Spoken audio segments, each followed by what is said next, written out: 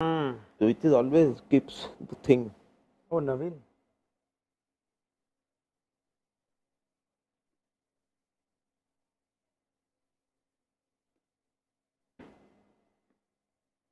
They should stop doing this now that COVID.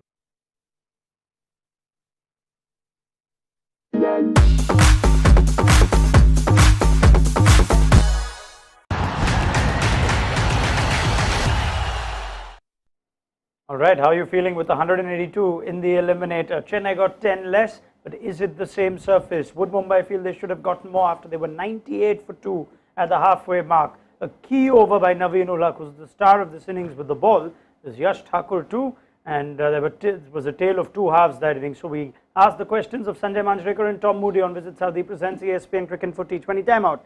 I'll go to the man who came closer to his first innings prediction than any of us. 184 you said. 182 is what they've got.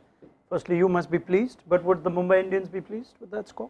The pitch is the key, and I think all of us got it wrong in the sense that we sort of fed from what the captains were doing with the toss, and their thought. Obviously, we're not on the venue, but they obviously thought the pitch was a lot worse, and not just looking at the score and jumping to conclusions. Some of the shots that were played, and towards the end as well, that shot from Vadera on the leg side using the pace of the bowler would suggest that the pitch is still good for batting. So it's one of those matches again at Chepauk where it's been a good toss to lose.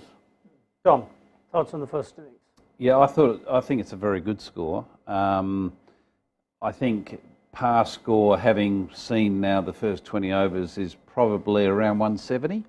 So I think they've done well to get themselves to the score they've got to. And I think that extra 10 or so runs is really just how quickly Cameron Green came out of the box. He's 41 off 23, and then the partnership with Surya was really critical in that extra little bonus they got at the end. All right, so let's go straight to that partnership, because you sense that it might look that the finish wasn't quite what Mumbai wanted. But you could always look at different phases and say, if we were ahead perhaps in that phase. So 66 of 38 between Surya and Green. Was that a reflection of conditions being easier at the time, or was it high quality batters? What did you make of how they went about it? I sensed watching LSG, I sensed a feeling of panic. And they were nearly sort of taken aback with suddenly this onslaught, and maybe they were also tricked into how the surface may play. And you only have to look at their planning with regards to the first 3 overs of spin up front. So they had clearly in their head that this is going to be a slow turner, and therefore that was how they're going to structure their power play overs. Instead of sort of like you'd want your batting group to do, make the assessment and then make the adjustment. So I think that they went in with a preconceived idea of how they felt the conditions were going to be, and they were rudely mistaken. Thoughts on Surya and Cameron Green stroke play? Combination of two things, two exceptional batters, and also two batters who also rely a lot on fours and not just sixes, T20 kind of shots. I mean, Cameron Green, a couple of shots that he played through the covers, especially one against the spinner where he just hit the ball so hard, was an indication of his ability to begin with, plus the pitch allowing you to play those kind of shots. Surya Kumar Yadav, pace on the ball, those scoop sixes, was suggestion of a pitch that wasn't as slow or tacky as we thought. Good enough pitch, hard ball. So that was the tale of the first 10 overs. Obviously, the wicket of Cameron Green and Yadav just slowed things down. But it was also a combination of the ball getting softer and things getting a little more difficult as the bowlers began using the pitch, having understood it. But 4 overs of spin in the first 6 overs with a new ball on a pitch at the time which was looking like a belter may just be the big mistake that Lucknow made.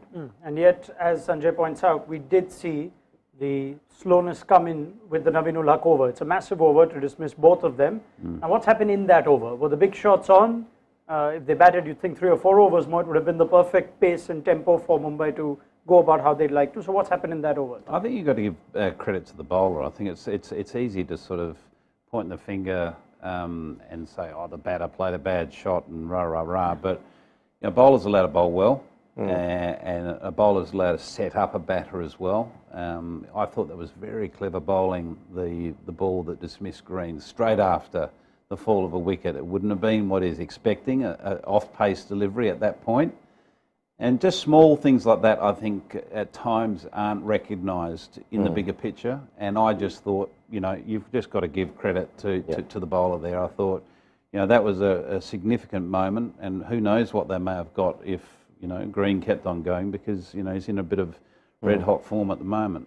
Naveen ul Haq is here to stay, and it's his first IPL season of note, and there have been quite a few incidents on and off the field, but just on the skill of the bowler. I was just saying to somebody that overseas players, now I think we'll see more and more players from Afghanistan coming, especially bowlers. There's no Afghan batter really who has been you know, an impact player in the IPL. But you've got Noor Ahmed along with Rashid Khan now, and Naveen ul Haq, the way he's bowling. So I see more and more players from that region coming in, because they seem to have the right temperament. Their commitment is never in doubt. And there's a bit of fire in the belly as well in all these, you know, Afghan players. Also, when it comes to IPL, Indian pitches, Indian conditions, they take to it a lot more easily than, you know, the big name players from, say, England or Australia for that matter. So he's another, you know, Afghan players, and it might just set a trend, and would be very sensible for a lot of owners to go in that region looking for this exceptional, different kind of bowling talent. The two slow balls that he bowled to Surya Kumar Yadav, one was a leg cutting slow delivery, the other was the off spinner. So he's got a variety of slow balls too. So count me down how many variations batters need to look out for. You've got that one which got Surya Kumar Yadav, which is the leg cutter, and you've got the real whip with the off spinning slow ball. He's got quite a few.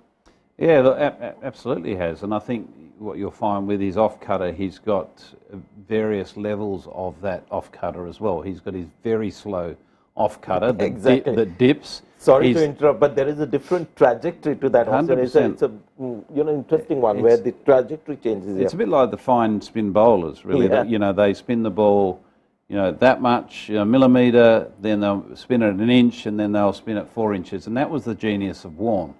You know, particularly given that, you know, when Shane Warne had his shoulder problems and he couldn't rely on his flipper and his wrong-un as much as he did in the early parts of his career, his great skill was you didn't know how much his leg break was going to spin with that beautiful curve.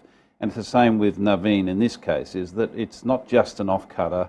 He's got 3 different versions of that off-cutter, and which one is it that's coming? This sounds like a really unique, almost an incredible skill, because I know the chatter around Naveen while he wasn't playing in the IPL was he likens himself to Bumrah, and there's a comparison to be made, but the skills you mentioned, they seem more in praise of a quality spin bowler, and this is not something seam bowlers are developing with that sort of consistency. Yeah, I think you'll find that the best ones are sort of having to expand their variety of options with regards to, you know, defensive bowling. You know, having worked with Bhuvaneshwar Kumar for many years, I know that he has constantly worked on a variety of his knuckleball. He's worked on the off cutter. He's worked on the off cutter bouncer.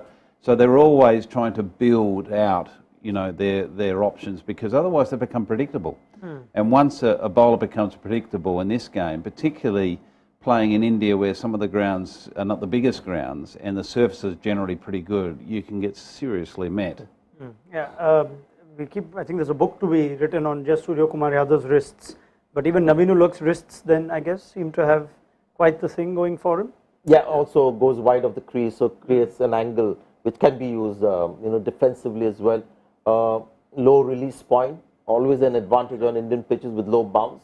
So perfectly suited for Indian conditions. That's my thing. When next time people are, you know, paying the big bucks, go for guys who are going to be effective in Indian conditions. I like how you were paying the big bucks too, with like Naveen ul Haq, with a little... Yeah, with a trajectory. Like just to expand on the point you said about the Afghan players, you also got to remember that virtually this is the only format they really play. They play so much T20 cricket. Not only within their own setup, but they're global globetrotters when it comes to franchise cricket. Naveen's played a lot of T20 cricket around the world, different franchises, so he's honed his skills. Like the celebration? All of that? Yeah. I think He's been through a bit. Yeah, he has been Is it through a new enormous thing? amount. I mean, it's clearly a result of KL Rahul what does it. happened, It's okay. a clear result Yes. to keep Yeah. the noise out when Yeah, he has exactly. been subject to some. KL used to do it, yeah. And I think, I believe, not that we could hear it here, but I believe the crowd were chanting, and supporting, Virat Kohli. Yeah. So he's just basically saying, well, I'm not listening. Yeah, as long as it doesn't get too serious, I guess it's all good fun. He's a character. There's fire in his belly, no luck, and it is his first IPL. He's made Mark Wood absolutely redundant to the conversation. We were talking about Mark Wood as the key strike bowler in the overseas compartment for the Super Giants. Quickly, let's run through a few more things before we get to the chase. The Tim David wicket, he didn't like it. The dugout didn't like it. Did it look like a no ball? Let's ask the tall man who can sympathize. The tall man, are you referring to Sanjay? No. Oh, sorry. I'm talking, Okay. yeah. Only my stature The is- taller man. I think it was a no ball under the current laws that are outlined, but I don't like how it's structured at the moment. I think that needs serious review. Sanjay? Real time when he saw it, seemed like it was a no ball, and that's why Tim David must have. He was so confident. He was taking his gloves off. He sort of, had a drink and was ready to resume his innings. So that was a bit of a shocker. But when you saw the ball tracker and everything, it wasn't that different from the decision that was made on the field. So this is a community. They're friends. The umpires will protect each other. So unless it's going to be blatantly wrong, it's not going to get overturned. So marginal, they'll go with the decision on the field. For you, though, you felt like it was a no ball? Or? No, if I was given the ball tracker, and that's what it's got to look at. Now the ball tracker will decide this, yeah. Because in real time, I would like to think if we didn't have the reviews, there's a good chance an on-field umpire might be giving that a no ball just on look, naked without eye. the tracker, it looked like it was. So, yeah. And your point on not liking how it's currently framed, the law is? I just think there's too much inconsistency. And it's very subjective, particularly the position of batter can be, at point of contact. Some can be, in quite a squat position. I just don't like it. To me, that looked like a threatening delivery. Yeah. And that's the whole idea of a full pitch delivery, is it a threatening delivery? Yeah, and that to me looked a threatening delivery. The only ambiguity for me when I'm watching the ball tracker, there's no problem about, what the prediction path is, where the batter is as well, that is clear to see. Yeah. Now whether he's, hunched a little or, is in his standing position, the thing is, where is the waist? You're assuming that waist is around that area. Yeah. So that's also an area, grey area. It is. There's so many grey areas, and some people wear their trousers high, some wear them low. Now, this guy had his shirt, just shirt imagine, it could be a tactical ploy. I mean, I'm going into the territory of bizarre now, that you wear your shirt inside and have your trousers right down, like some of the people back in America have their trousers right down there. Right, yes, of course. Yeah. Okay, let me save you. And get a quick comment as the second innings already underway on the use of the impact sub. They did bring in the batter, as was discussed pre-game. Now, could they have just not had the batter then? Or is this perhaps we're making too much of it, that they didn't need the spinner? You said I thought it was a brilliant call, and it is another way of using the impact sub. We've seen the predictable way. Now, what happens here is that they have an opportunity to have a Nehal Vedera coming in. If they had a good batting night, they wouldn't need the batter. They would have got somebody like a Kumar Karthikeya to bowl. The other thing that happened with not announcing that batter is they had the option of a left-hand, right-hand batting sub. Because Vishnu Vinod bats right-handed, Nehal Vedera bats left-handed. So they kept their options open. I thought it was a brilliant use of the impact sub. Tom? It worked out tonight. Personally, I'm not a huge fan of using the impact sub on the batting side when you bat first. I think you're better off declaring your strongest batting options, and then when you bowl, you make the change and bring in a specialist bowler for that batter. It does seem like, though, if you had to pick 12 players that would feature, these would be the 12. They would have had Vadera and then maybe had Madwal or Berendorf as a sub and then get them in. You had a 6 confirmed bowlers. Now, Ritik Shawkane, as a right-hander, was a certain bowler, so that they had their 6 that they couldn't leave out. They kept their options open with Nehal Vedera and Vishnu Vinod, which I thought was a master tactic, master stroke and master tactic. Master tactic it is. Game is underway. They're 9 without loss already very quickly, the Super Giants. So let's get a prediction from Tom and Sanjay. This time yesterday, Tom was revisiting his first innings prediction. Let's see where he stands now. Tom. What did I give you a prediction on who's going to win? In the pre-game, Yeah, you said recorded preview, you MI said have a Mumbai. slight edge. Yeah, So you're going yeah. to change that view as well? Well, I was right, right in when I front made of my people. change last night, and unfortunately you were wrong. But which it happens. happens. It happens at times. Very often. At times, very, Yeah. very rarely. It's a tough one to call. This it really is. But I think Mumbai with that total, it's going to be hard to surpass it. Okay. So Tom's still backing Difficult Mumbai. one to predict.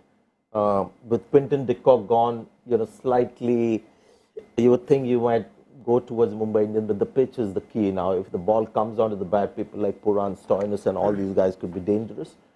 So very difficult one to predict. If I'm allowed to sit on the fence, No, you're not. I'd like to do that. Given that you have multiple times mentioned how you've been at the grounds and you have such insight on the surface, you should be Come on, able to just predict give how us- this will just play. give and it tell to us. Yeah, Mumbai Indians slight edge.